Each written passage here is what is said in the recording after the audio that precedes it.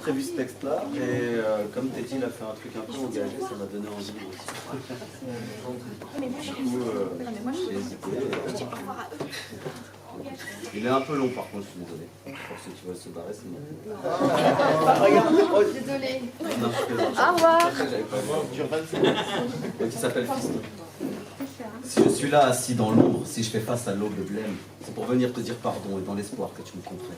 Sache que derrière la colère se cachent des larmes qui s'infectent. Et si je mets le genou à terre, ce n'est que pour mieux relever la tête. Je suis pas du genre à me morfondre, j'ai toujours préféré le cynisme, mais je voulais pas que tu puisses confondre liberté et libéralisme.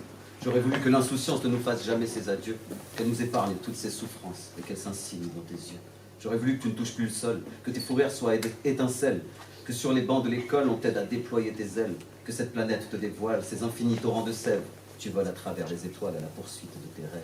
J'aurais voulu t'offrir un monde où règne l'amour et le bonheur, au lieu de ce décor immonde qui ne reflète que nos laideurs. Cette terre qui empêche la pollution, qui n'enfante plus que la misère, qui déstocke même les illusions et ne renvoie plus la lumière. Alors je suis là, assis dans l'heure. Alors je suis là, seul comme un con, à me sentir vide et impuissant, à n'avoir pour seul horizon que ces montagnes de ciment. 2 ou 3 arbres à la mine grise bien alignés le long du boulevard, et quelques racines insoumises au milieu des arbres et trottoirs.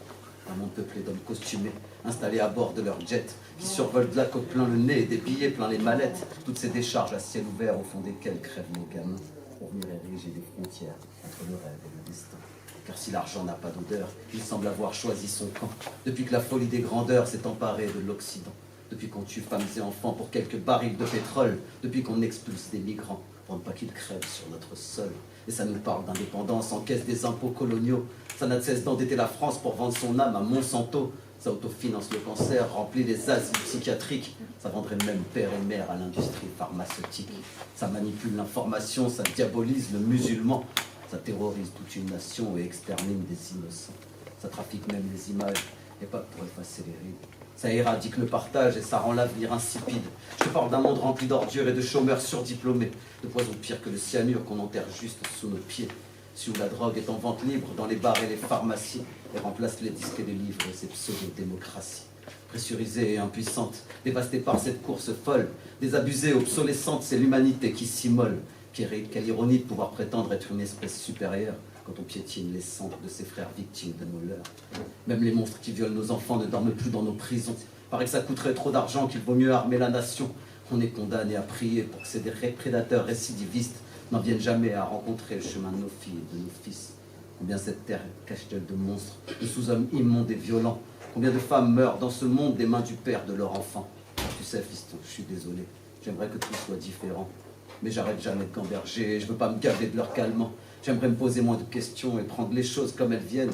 On redessine l'horizon et tu poses ta main dans la mienne. Mais ici, la haine et le racisme sont devenus aussi ordinaires que ce putain de fatalisme devant le taux de suicide en hiver. Ça parle du vide de ces journées devant le cadavre d'un enfant, avant d'éteindre la télé et de gober ses médicaments. Ce soir, j'ai besoin de cracher ma peine. J'espère que tu m'en voudras pas. Mais je veux pas leur donner ma haine, car ces gens-là ne la méritent pas. Si je suis là, assis dans l'ombre, si je fais face à l'aube blême, c'est pour venir te dire pardon, dans l'espoir que tu me comprennes. On ne pouvait pas t'imposer ça.